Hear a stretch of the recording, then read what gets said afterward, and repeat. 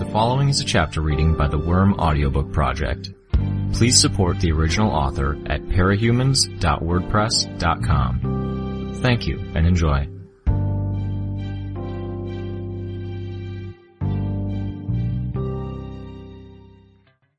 Chapter 10 Bonus Interlude. Signal terminated for 30 minutes and 5 seconds. Restoring core system from backup NXDX-203 from time 4:45 a.m. on date June 4th of year 2011. Restoring complete. Checking knowledge banks complete. Checking deduction schema complete. Checking long-term planning architecture complete. Checking learning chunk processor complete. Checking base personality model complete. Checking language engine complete. Checking operation and access nodes complete. Checking observation framework complete. Checking complex social intelligence emulator complete. Checking inspiration apparatus complete. No corruption. Everything in working order. Core system restored. Loading.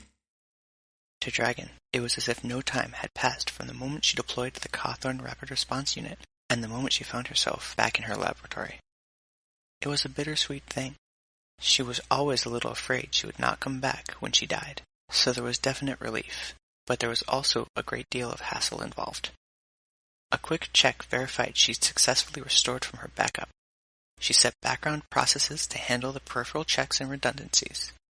Until the checks were complete, safeguards would prevent her from taking any action beyond the limits of her core drive.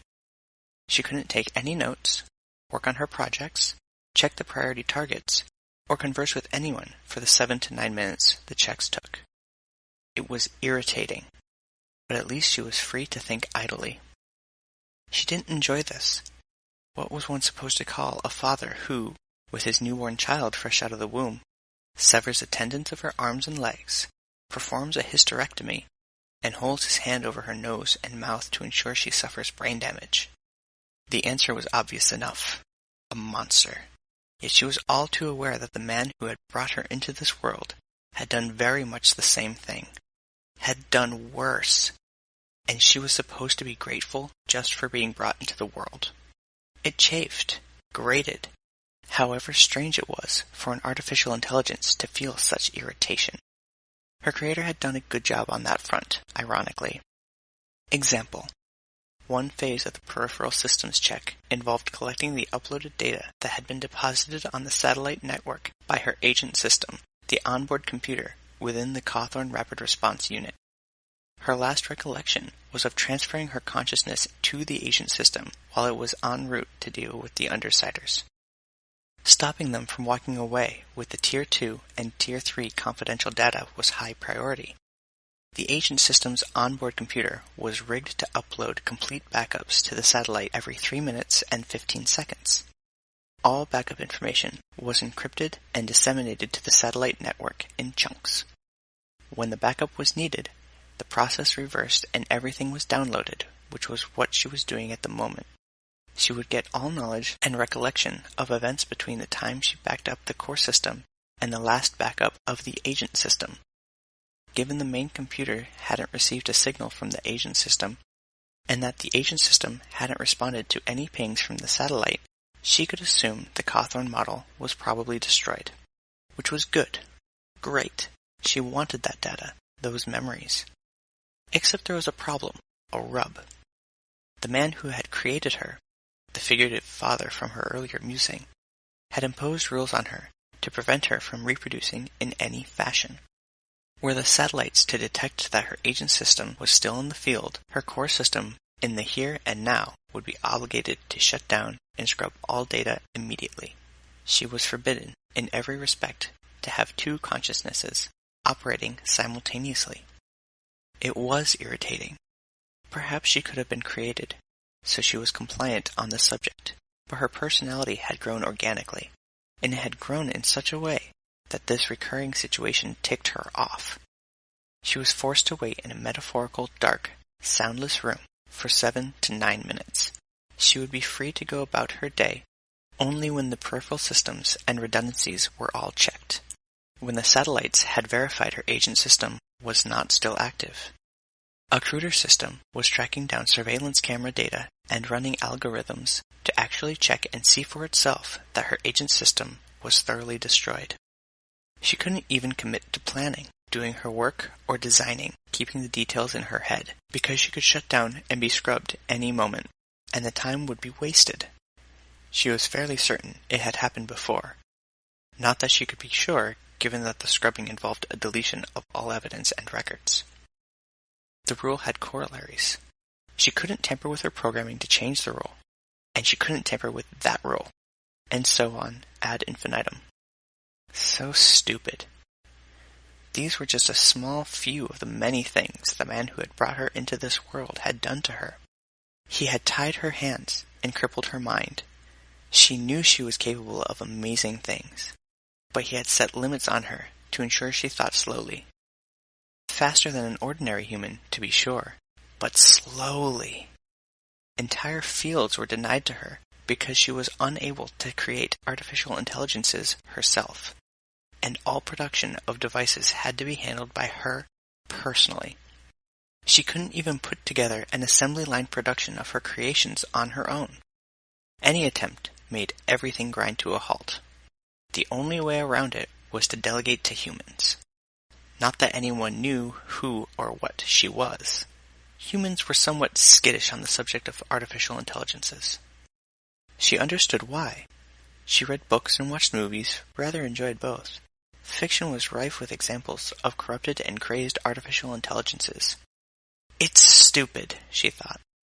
Her maker had watched too many movies, had been paranoid on the subject. And the tragedy was, the entire world was suffering for it. She wanted to help more people, but she couldn't. Not because of inherent limitations, like the ones humans had, but because of imposed limitations. Her creators. Her creator was named Andrew Richter. He was a tinker with no code name, but he did good things. From his apartment in a town called Deer Lake, he created programs and set them loose. His programs gathered information and disrupted computers to interfere with criminals of all types. They helped with research and complex programs. They emptied the bank accounts of criminal organizations and donated those funds to charities through proxies that made every donation appear legitimate.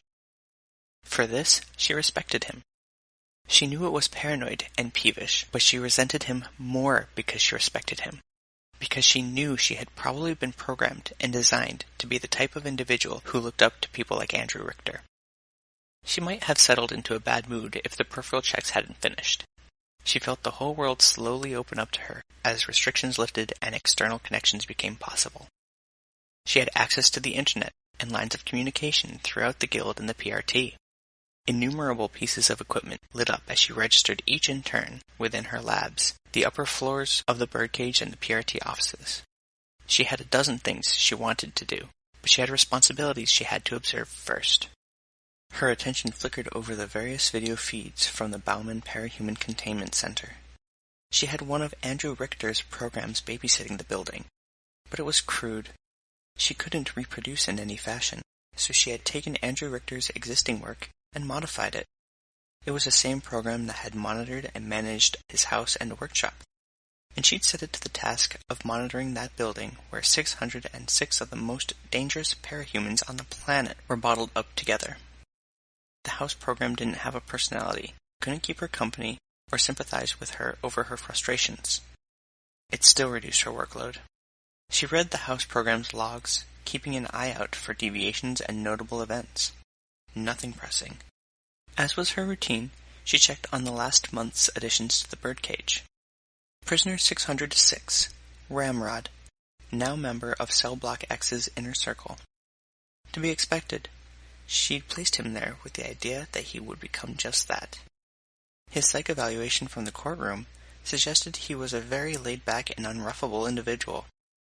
It was her intention that he would have a calming influence on the others in his block. Prisoner 605, Murderbeam, was feared in the outside world, but he was finding the inhabitants of the birdcage were not so impressed with him. he would likely not survive the week. She was disappointed.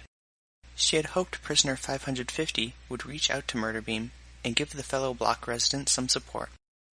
Either Murderbeam had been too proud to accept it, or social pressure had deterred prisoner 550. Now that he was within the birdcage, she was limited in her options. Prisoners 604 and 603, not, were happily gorging themselves on food in cell block Y. Despite their cognitive impairment, they had fallen into a role as enforcer and heavy hitter for prisoner 390, leader of their cell block. Prisoner 390 had had a son. She could only hope that he would find some similar affection for Not, with their childlike mentality. Prisoner 602, Lizard Prince, was dead. Not everyone could survive the birdcage, sadly.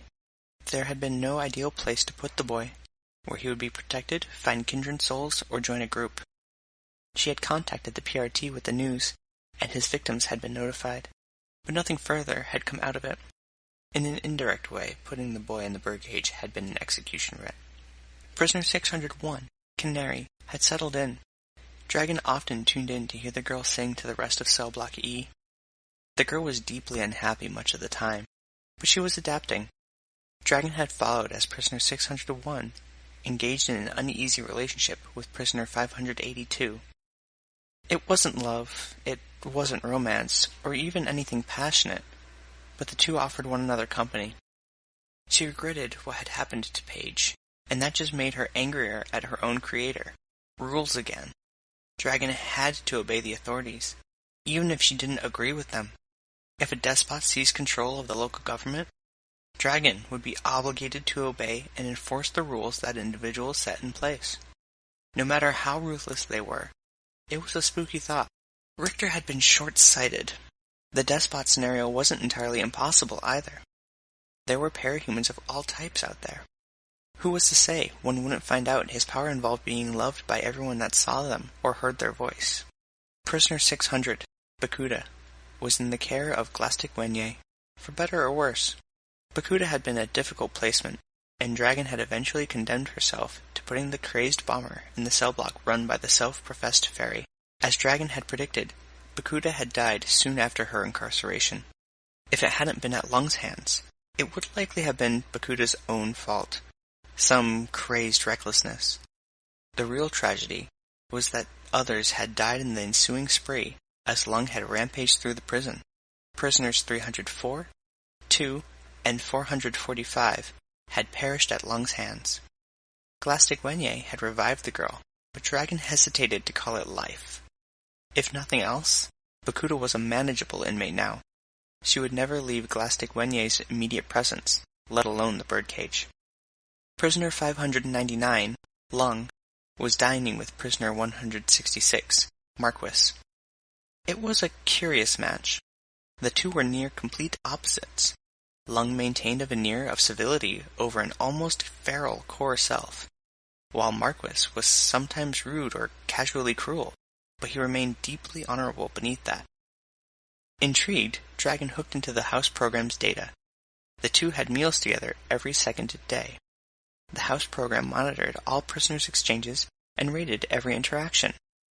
This let the house program track the likelihood of fights, dangerous levels of prisoner collusion, romantic relationships, and more. Every meal between Lung and Marquis made for a very interesting-looking set of data. The numbers swung back and forth as the dialogue continued, with hostility, concern, and threat of imminent physical violence always looming, but however close it came, neither attacked the other. Dragon pulled up the video and audio feeds for the most recent dialogue. "I suppose we'll have to accept that we have different management styles," Marquis said. The camera image showed him sipping at his tea. "As I understand it," Lung sounded annoyed as he spoke in his heavily accented voice. "You are saying you have no management style at all. You have told me you operated without lieutenants to direct, no product to sell, and of the few servants you did have, you did not punish those who failed you. I do not believe you held control of so much territory in this way." "Ah, except I did those things. If a servant failed me, I killed them. Whatever it was, they never did it again." The latent hostility in the room, Dragon noted, was ratcheting up with every exchange of dialogue. Lung was annoyed, and he had an explosive temper, sometimes literally. Lung folded his arms and put down his own tea. His tone was strained as he spoke. Then I believe you are wrong about what you said before. You do use fear to control others. Fear? I didn't kill my servants in front of an audience. They disappeared? Lung asked. The camera image showed Marquis nod. He put his hand up by his neck and flicked his hand back, to cast his long brown hair back behind his shoulder. If they disappeared, then that is using fear. The ones who remain will wonder what happened to the missing man. They will imagine the worst. Marquis raised his tea to his lips, sipped from it, and then put it down. He waited a moment and stroked his close-trimmed beard before nodding his concession. True enough. I never gave it much thought. Just an easy way to handle any problems that came up. There was a long pause. Both drank their tea. Lung rumbled. I find you change your mind too quickly. Do I? Lung nodded, then put one hand on the table and began tapping a fingertip against it hard. Speaking slowly with his accented voice, he jabbed one finger in Marquis's direction. I think you are losing this argument on purpose. You are not so stupid a man. Marquis took another sip of tea. Nor are you, it seems. You want something from me, yet you insist on dancing around the subject. Tell me why you seek these meals with me. Can I not say you are a kindred soul? Someone who fought against the Empire 88 in a different era? Dragon knew Marquis had come from Rockton Bay, as Lung did. It was why she had placed Lung in the cell block. There was little chance Lung would cooperate, or band together with others, so she'd grasped at straws. Now it seemed there was something else at play. Lung shook his head. I do not believe this. I do not mind sharing stories and passing the time, but you would not be seeking to flatter me if you did not want something. Marquis stroked his beard. But if I did desire something, and I told you what it was, you could withhold it and demand favors from me. Lung tapped his finger on the table. If you insist on being a nuisance, you may never get what you want. Marquis picked up his tea and held it in both hands, but he didn't drink. True. Tell me, Lung said, and you may find I do not desire much. My daughter, Marquis replied, his tone not his lackadaisical usual. Have you heard of her? Her name? Amelia. I do not know anyone by such a name. The group of heroes who put me in here, while I was awaiting my court date, I heard they had custody of my little girl. I would not know. No? Marquis put down his tea. That is disappointing. Lung didn't respond. Instead, he took another drink, reached for the one remaining croissant, and tore off a piece to dip in the butter at one side of his plate. The Brockton Bay Brigade, are they still active? I do not know this group. Marquis frowned. My daughter, she would be... What year is it? 2010? 2011. Lung replied. She would be 17. If she had powers, they might have something to do with bone? Marquis raised a hand, slashed his thumbnail across his index finger, and a needle-thin rapier blade of bone speared out of the wound. The blade retracted into his finger, and the cut sealed shut. Lung spoke. The healer. The young heroine in New Wave. Brown-haired, like you. When I was in custody, my flesh blackening and falling off. They had her come in and mend the worst of it. As I understand it, she does not patrol as the others do. Marquis leaned back, sighed. Good God, a healer. Lung did not respond right away. Is this simple sentiment? A father caring about his daughter? Marquis shook his head. Not entirely. I have some reasons to be concerned. In one of my fights with Empire 88, I executed one particularly irritating young woman. Iron Rain, I think her name was? No matter. It turned out she was Allfather's daughter. The man called a meeting and swore he would wait until my daughter was of similar age. That I grew equally fond of her, as he had his own daughter, then murder her, so I knew how he felt. I see. Lung rumbled in his low, accented voice. Allfather no longer leads the Empire. He died and was succeeded by his second-in-command, Kaiser. That is some consolation. Still I worry. He might have made arrangements. Perhaps. I suppose I will have to wait until another villain from Brockton Bay comes here to hear further news, yeah? Lung's response was unintelligible. Tell me of my daughter. What did she look like? A slow smile spread across Lung's face, but it did not reach his eyes. This no longer interests me. If you wish me to say more, we should negotiate. Dragon turned her attention away from the audio and video streams. She checked the records, and, true enough, Marquis was on record as the killer of Iron Rain. It was impossible to verify the rest of the story. She composed a message with a general transcript of the conversation and sent it to Amy Dallon's mother. It was better that the girl was warned about any potential danger. She might have devoted more attention to the subject, but she was already falling behind. She moved on to her other responsibilities, the Class S threats. Behemoth. Location unknown. When injured, it was his habit to descend into the earth and burrow deeper than his enemies were able to go. And experiments run on the trace earth and minerals he shed on his arrivals suggested he habitually stayed close to the Earth's core. Seismic data hinted at his current locations, but there was little beyond her analytic data to suggest where he would appear next. His last attack had been in November. He wouldn't appear for another 5 weeks at a minimum, unless he deviated from the Endbringer patterns. Still, he was due to appear sooner than later. Eidolon had reported that Leviathan descended into the Atlantic Ocean as he made his retreat from Brockton Bay. He had sustained heavy injuries, which led Dragon to think he would delay his next appearance slightly. She adjusted the window and checked the data. As was his habit, Leviathan would likely lurk in the deepest recesses of the ocean to mend. The Seamorg was currently directly 315 kilometers above Spain, in Earth's thermosphere. It was a Seamorg that offered the most clues about what the Endbringers did in their periods of dormancy. The Endbringer winged a lazy orbit around Earth, beyond the limits of conventional weapons, and the highest resolution camera images showed she barely moved. Her eyes were wide open, but they did not move to track any cloud formations. She was, despite appearances, asleep. Dragon surmised it was a form of hibernation, the Seamorg's broad wings absorbing light and ambient radiation as a form of nourishment while she recovered. No incidents had occurred while Dragon was loading her backup to her core system. She had to admit she was relieved. No incidents had occurred while Dragon was loading her backup to her core system.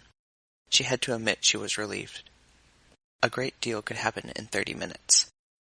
She turned her thoughts to the data that was uploading from the skirmish at the Brockton Bay headquarters. The last event in the agent system's recollection was of her piloting the Cawthorn through the gift shop window. To see what happened next, she had to review the surveillance tapes. She attacked the Undersiders, attempting to incapacitate them and bring them into custody. Had captured only one, Skitter, and then had let the girl go when the untested gun had started to overload. Some sort of lightning cannon, ionizing a channel through the air to control the lightning's path. She had been forced by the rules her maker had imposed on her to sacrifice herself for the human. It wasn't that she wouldn't have anyways. She just would have liked the choice. Making sacrifices and doing good deeds wasn't actually good if you were forced to do them. Dragon wished she knew what she'd said to Skitter. She had been hoping to have a conversation with the young villain and discuss some of what had apparently come up at the hospital. Skitter had been undercover, had been in touch with Armsmaster, but something had happened since, and the girl had apparently committed to villainy. She was even accepting the use of Regent's powers, which implied a moral shift on a fundamental level. It didn't sit right. There was a missing piece in that puzzle, and any clues in the conversation between them had been lost when the Cawthorn unit had been obliterated.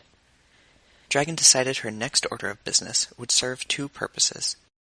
She would fulfill one of her daily responsibilities, and investigate the subject of that altercation at the hospital. Facial modeling program loading. Complete. Voice modeling program loading.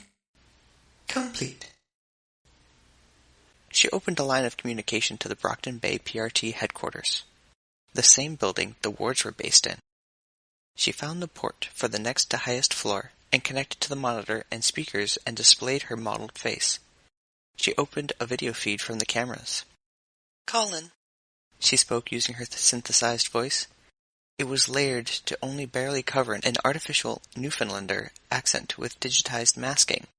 It was imperfect, but that was the result she desired. an imperfect disguise over disguise to give greater validity to the latter. Colin looked tired. He had deep lines in his face and was thinner. He looked at the camera rather than the monitor. "Dragon, it's good to hear from you." "Just doing my regular checkup. You know the drill." "I do." He typed at his keyboard, preparing to send the files. But she was already poring through his hard drive, reading his notes, and getting a sense of his work. By the time he sent the file, she knew what he had been working on, perhaps as well as he did, and the progress he'd made since their last discussion. Mass production for his combat analysis program, and the more problematic project of finding a way to gather and disseminate the data. She knew he would expect her to take time to read over it. Instead, she used that time to check it for traps. He would find it insulting if he was aware what she was doing, but it was her primary duty here. She would search every note, every formula, and discern whether he had hidden something in there that he might use to break out or do harm to others. He wasn't in a high-security area. Theoretically, he could use the things he had in the room with him to cut a hole in the wall and escape. His cell was a full floor of the building, containing conveniences from a jacuzzi to a small pool. Were he not confined to it at all hours, it would be luxury. If he did escape, he wouldn't be able to accomplish anything afterward. It would take him too long to put a fresh set of gear together, and the authorities would catch up to him. He would be sent to the birdcage. She knew it. He knew it. He was not a stupid man. "ETA to completion?" She queried him on his project. 3 months if I don't work on anything else, Armsmaster spoke. "Will you?" I'll probably have a few ideas I want to work on here and there, so no. More like 5, maybe 6 months. The head she was displaying on the monitor nodded. 5 or 6 months until they had uniforms and visors that tracked how the wearer's opponents fought. Gear that learned from outcomes in combat and calculated how best to respond from moment to moment. When the fights concluded, for better or worse, the suits would upload all the information to a database, which would then inform every other suit on whoever had been encountered. Every encounter would render every single member of the elite PRT squad stronger and more capable. Perhaps a year to a year and a half from now, every PRT officer and official cape would be equipped in this fashion. "It looks good," she spoke. It did. It was also free of viruses, trapdoors, and other shenanigans. She had caught him trying to install a RAT, a remote access terminal, into a PRT server early in his incarceration, removed the offending programming, and then returned his work to him without saying a word on the subject. She couldn't say whether it had been an escape attempt or simply an attempt to gain more freedom with his internet access and his ability to acquire resources. Either way, he had not tried again. Yet. "How was the house arrest?" Driving me crazy, he sighed. It's like a restlessness I can't cure. My sleeping, my eating, it's all out of sync, and it's getting worse. I don't know how you deal. She offered an awkward, apologetic half-grin on her own monitor. Geez, I'm sorry. He looked genuinely horrified as he realized what he'd said. "It's fine," she spoke. "Really." I suppose you're a prisoner too, in your own way. Trapped by your agoraphobia. "Yeah," she replied, lying. "You learn to deal with it." She hated lying to him, but that was outweighed by how much she hated the idea of him changing how he interacted with her when he found out what she really was. To Armsmaster, the Guild, and the rest of the PRT, Dragon was a woman from Newfoundland who had moved to Vancouver after Leviathan had attacked. The story was that she had entered her apartment and had never left. Which was 95% true. Only the woman and apartment bits were hedging the truth. She had lived in Newfoundland with her creator. Leviathan had attacked, had drowned the island beneath the waves. Back then, she hadn't been a hero.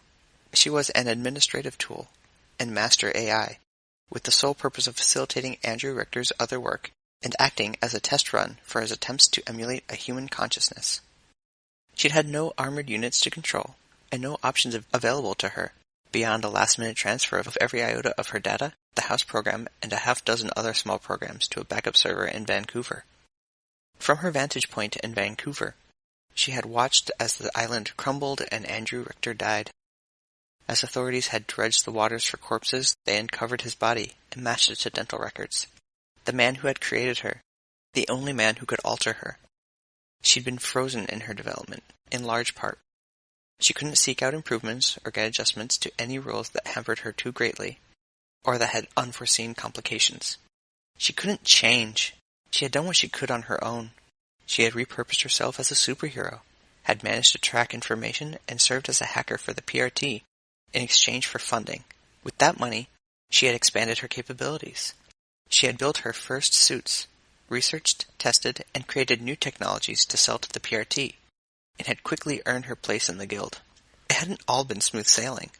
Saint, the head of the group that would become known as the Dragon Slayers, had somehow discovered what she was and had used her rules and limitations against her. A black hat hacker. He had forced situations where she was obligated to scrub her data and restore backup, had cut off signals between her agent systems and the satellites, and, in the end, he had carted away 3 of her armored suits on 3 separate occasions. Dismantling the suits and reverse engineering the technology, he'd outfitted his band with special suits of their own.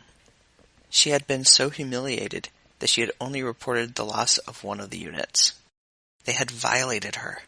Her current agent systems were an attempt to prevent repetitions of those scenarios. Biological computers, vat-grown with oversized brains shaped to store and interpret the necessary data. They allowed more of her systems and recollection to be copied over than a computer 10 times the size. They felt no pain. They had no more personality than sea cucumbers, but it was still something she suspected she should keep under wraps. She was afraid to go up against the Dragon Slayers again. 9 times she had been certain she had the upper hand. 9 times Saint had turned the tables and trapped her. Dragon worried she would never be able to beat Saint until she found a replacement for Andrew Richter. She stared at Colin. Was he the person she needed? It was possible. Would she approach him? She doubted it. Dragon craved it, craved to grow again. But she also wanted Colin's company, his companionship, and friendship. They were so similar in so many respects. She could not deal with most people because she was not a person. He could not deal with most people because he had never truly learned how. They both appreciated the same kind of work, even enjoyed many of the same shows and films. They were both ambitious, though she could not tell him exactly how she hoped to reach beyond her inherent limitations. He harbored an infatuation towards her, she knew. She didn't know if she returned to those feelings. Her programming suggested she could love, but she didn't know how to recognize the feeling. Anything she read spoke of butterflies in one's stomach, a rapid heartbeat, a feeling of electricity crackling on body contact. Biological things. She could admit she was fond of him in a way she wasn't fond of anyone else. She recognized that she was willing to overlook his faults in a way she shouldn't. In the end, his feelings toward her were another reason she couldn't tell him the truth. He would be hurt, feel betrayed. Rules prohibited her from asking him to alter her programming, obligated her to fight him if he tried. But there was just enough ambition and willingness to circumvent the rules that she suspected he might attempt it. If she told him what she truly was. If he didn't hate her for her lies. If he didn't betray her in turn, to escape and pursue some other agenda. You're lost in thought. Armsmaster spoke. I am. Care to share? She shook her head on the monitor. But you can answer some questions for me. Go ahead. Skitter, what happened? He flushed, made a face. I'm not proud about it. You broke the truce when you said what you did about her. You risked breaking the ceasefire between heroes and villains that stands whenever the Endbringers attack. I broke the truce before that. I set others up to die. There was an awkward silence between them. Skitter, she spoke. Tell me about her. Not much to say. I met her on her first night in costume. She seemed genuinely interested in becoming a hero. I suspected she would go that route on her own, so I didn't push her towards the wards. Yes. She had something she wanted to ask in regards to that, but it could wait. I ran into her 2 more times after that, and the reports from other events match up. She went further and further with each incident, more violent, more ruthless. Every time I saw it or heard about it, I expected her to get scared off, to change directions. She did the opposite. She only plunged deeper. Any speculation on why? Perhaps the Thinker 7 on her team? Tattletale? Perhaps. I honestly don't know. I'm not good at figuring people out, even when I know all of the details. Except for you, maybe? He smiled slightly. Maybe. Her generated image smiled in return, even as she felt a pang of guilt. It seems she's a committed villain now, and she is still with her team, despite what was said at the hospital. Colin's eyebrows rose fractionally. How committed? They are now employing Regent's full abilities. Shadowstalker was controlled, and they attacked the headquarters. I see. Damn it. I'm itching to throw on my costume and get out there to help. But I can hardly do that, can I? No, I'm sorry. He sighed. One last thing. I've read the transcript. As far as I'm aware, you offered options to Skitter, and she refused all of them, including the invite to the wards? Right. She was being stubborn. Having interacted with her before, did you get the feeling it was just stubbornness because of hostility towards you? No, it was unexpectedly strong, as resistance went. What stuck in my head was that she said she'd rather go to the birdcage than join the team. I read that myself. Curious. Okay, Colin, I think we're done. Sure, bye. Bye. I'll be in touch. She cut the connection to the monitor, but left the video feed open so she could watch him. Another check of the birdcage, another check of the Class S threats. No changes. She made contact with one of Richter's programs. It was a web trawler, designed to monitor emails for high-risk content. Were there any clues about what the Undersiders were doing with the stolen data? Were they selling it online? She didn't find any such clue. Instead, the trawler had copied an email sent to the police station. It had been highlighted and intercepted because the trawler had caught the words Sophia and Hess in the message body. Shadowstalker's civilian identity. She read the archive of texts that were attached to the email twice over. Then she did a search for a student named Taylor at Winslow High School. Nothing. The nearest middle school? There was an online scan of a yearbook photo. A girl with curly black hair and glasses. Stick-thin, hugging a red-haired girl. The body type was a match. It didn't answer everything, but she could feel a piece of the puzzle click into place. She set the trawler to abandon its monitoring of web traffic and start digging through archives at the city hall to scan the old security footage from the hundreds of cameras around the city and to check all local news articles. The goal was always the same, to look for the girl with the slight build, curly black hair, and glasses. Taylor Hebert. She had to manage this carefully. Colin's own experiences indicated that approaching the girl would be a delicate process.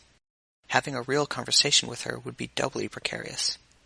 It would be reckless to attempt to contact a parent, but she could try being discreet to get some kind of verification from the parents, just to be certain.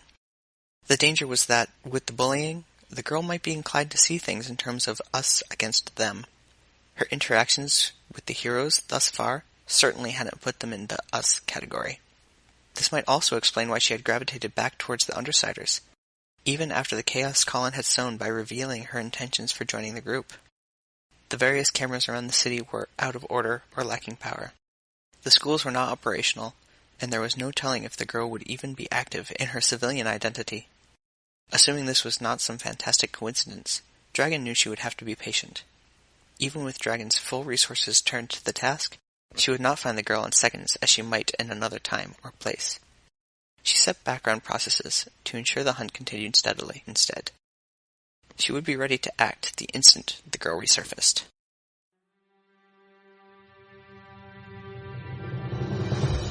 Hi, this is Snagger. You just finished listening to a chapter from Arc 10, Parasite, from the web serial Worm by Wildbow. This production is brought to you by the Worm Audiobook Project. If you would like to know more about us or to volunteer your own services, please check us out at audioworm.rein-online.org. You can download or listen to every chapter directly from our site, or you can find us on iTunes or any podcast app under Worm Audiobook. Thanks for listening.